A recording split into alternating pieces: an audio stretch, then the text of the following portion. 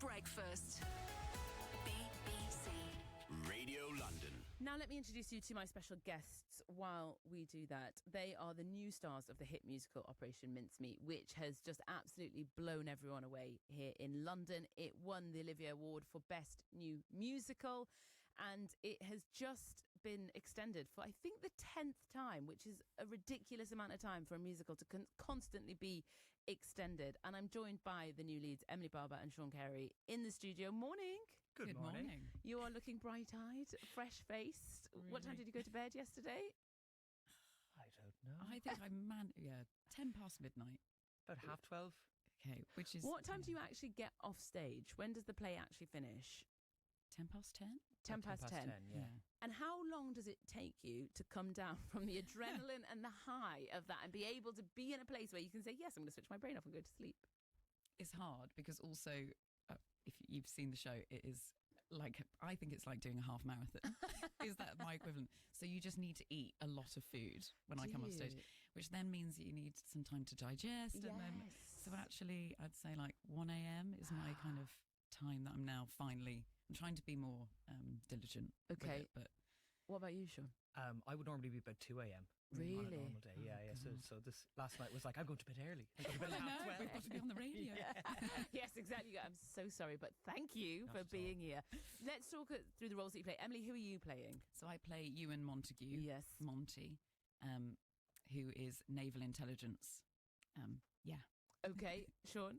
And I play Charles Chumley, who is the architect of Operation Mincemeat. Yes. For those of you who don't know, Operation Mincemeat is a true story about how in World War II, MI5 tricked the Nazis into diverting 90,000 troops from Sicily to Sardinia by dressing up a dead homeless person as a pilot, handcuffing a briefcase full of fake documents to his wrist, dumping him off the coast of Spain so that Nazi spies in Spain would find him, think that a pilot had crash landed and that they had uncovered these amazing plans. And I play the architect of that plan. Can I just say, when you say it like that, from everything that they did, it's ludicrous that it worked. Yeah, I know. Like, I think that is wild. When you tell me that, I think that's absurd. Of course that's not going to work. Why would they come up with that plan? But it actually changed the course of the war. Absolutely. Yeah. It saved hundreds of thousands of lives. Yeah. And it's so funny you say that. Like, people say the same about the musical. They go like, there's no way a musical about tricking the Nazis with a dead body is going to work. Yeah, and, no. a few Olivier Awards later and it's Yes. going pretty good. Look at that. I seem to like it. It's amazing. I've seen it twice. I am pure fangirling. And there's so many people actually at BBC London who've seen it as well, and we all just giggle about it being how great, and my listeners have seen it as well. I've got a message here from Charlotte saying, God, that's brilliant, from Operation Mincemeat, of course. It's ridiculously good. There's lots of exclamation marks. It is ridiculously good. It has had such acclaim, and of course won the Olivier for Best New Musical, and it has just been extended again and again and again and again. Emily, how was it walking into those boots and those shoes to fill? Because, I mean, pretty big. Yeah, because also the cast already were people that had created the show. Yes, so they wrote is, it. It's so dear to them. So it was the first time that actors had taken on these roles. But I just felt that it's testament to the writing that you could interpret these characters in so many ways. It was just exciting, and I think it's been a whirlwind, but. I like to think that we've got our own stamp on it, but it's still as brilliant and fun and wonderful. Was it scary at any point? Very scary, yeah. Because also, I mean, we had 4 weeks rehearsal. That does not feel like a long time. No, obviously, like once you've seen how technical it is, you realise like this is hard.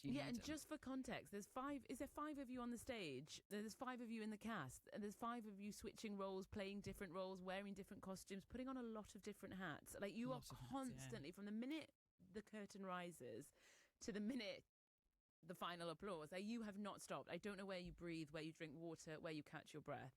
No, I'd love someone to see the backstage choreography of it all, because you're like, actually, that is as beautiful as the show. Just in terms of like, when we drink, when we have a new costume, it's just that's Instagram, TikTok content for like that's the viral content for obviously you. Right, there's a lot of throwing costumes around and being in our underwear, but get it on. We're here for it.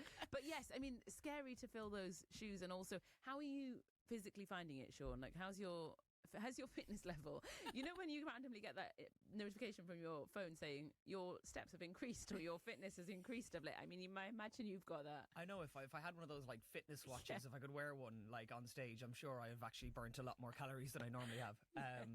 Yeah, so I've been a part of the show for quite a while, but last year in the original West End cast, I was an understudy, so it was kind of that adjustment from doing it maybe like one show every 6 weeks or something like that, to then doing 8 shows a week. The first few weeks was quite exhausting, but yeah, you kind of get your stamina back, and you kind of, you know, you can treat it as a free workout. It incentivizes you to actually. That is true. Do you even have to work out now in your life? Because actually, that show is just the gym. It's like that. What's that new craze? That's the High Rock. Is it High Rocks? Have you seen it? No. It looks disgusting. It's like where you do marathons and something else, and it's awful. Yeah. But I imagine it's like that. You don't need to work out. Well, funny enough, you kind of do at my age of 30 at 33. The old age of 33. The old age of 33. Because when I was younger, like doing kind of physical shows like this, I could throw myself around and be like, I'm absolutely grand. But I certainly feel like, oh my God, my knees are starting to hurt a bit more, and the back is going. Yeah, but you know, I've got like, you know, physios will be like, well, you have to like work out, you have to build up the muscle so that you can actually do the show. So like, you know, you can't skip leg day. You know, you have to make sure that you're building. You know, you have to be able to do the show. Right. So a lot of ab stuff or like building a core, because we do so much moving of furniture. Like if you use your back, you know, all that stuff you get taught, or like engaging your core rather than using your back, because we'll all.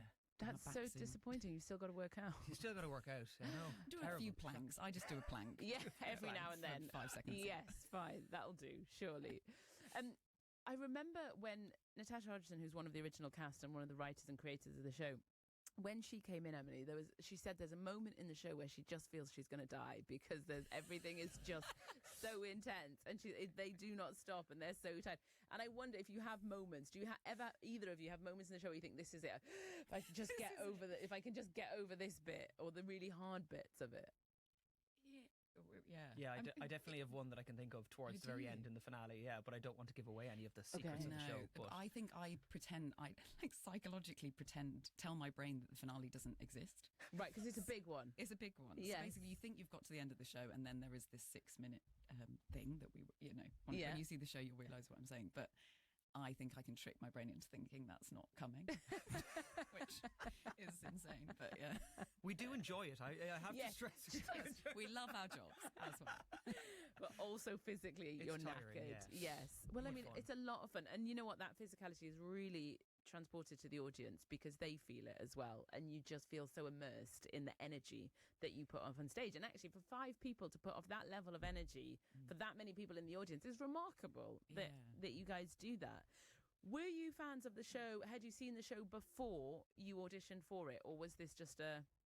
I saw it just before I auditioned, and I was obviously seeing Tasha's Monty. I was like, if I get the chance to play this part, there is absolutely no world where I can't do it, because it's just, for a female, firstly, to be playing a man, but also getting to sing, dance, you know, all the role kind of covers every possible creative dream you could possibly have. Yeah. And also the liberating experience of playing this incredible man. I just was like, this is incredible. I was a complete fangirl when I saw it. Okay, so you're like, yes, I want that. What about you, Seán? I had no idea about the operation or the musical. I had a kind of a weird introduction to the show. So this musical has had this amazing journey from the Fringe to the West End. Yeah. It's a real Cinderella story, isn't it? Absolutely. Yeah. And a testament to the work that they put into it. So I think they started writing it in 2017 and kind of put it on the Fringe, and had various different iterations at the Southwark Playhouse, Riverside Studios in Hammersmith. And in 2022, they were going to do one last run on the Fringe to basically refine the script as much as they can, because with each production, they would just make it leaner and leaner and leaner. And the idea was, we're going to get the script ready, and then it's going to go to the West End. But then 10 days before they opened, Dave Cumming, the original Charles Chumley and one of the writers of the show, flew off his bike on the way to rehearsals and broke his collarbone. And they had no understudy. So this kind of scramble call went out for people who can sing and who've worked in comedy. And because I've worked with Mischief Theatre, the play that goes wrong and all those kind of shows, I was just sat on my couch, and I got this email going, you've got this audition, emergency casting for Yes. Operation Get Mincemeat. up off your sofa immediately Yeah. and go. Go and audition Yes. for this thing. And I had no idea what it was about. And I got the job, and by the time I got it, we had 6 days until we opened Oh my God. at Riverside. So I had to learn it in 6 days, which was absolute carnage. But I remember seeing, they sent me an archive footage of the Southwark Playhouse version, Right. which was the previous production of it. And I was sat there with my girlfriend watching it at home, and I turned to her and I was like, this is really good. And she's like, I know. I was like, no.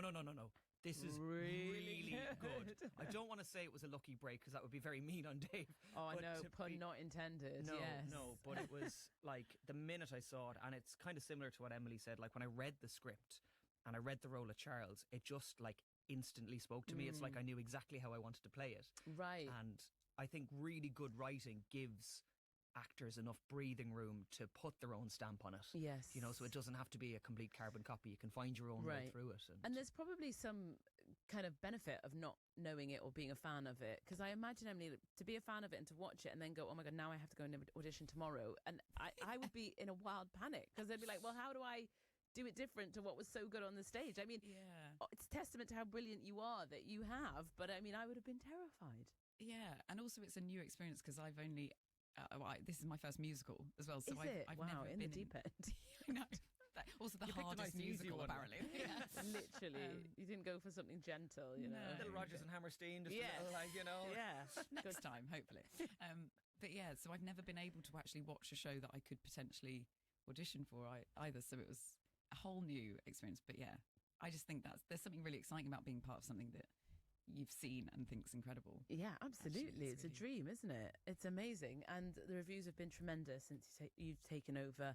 And did they leave you any parting advice? Did they?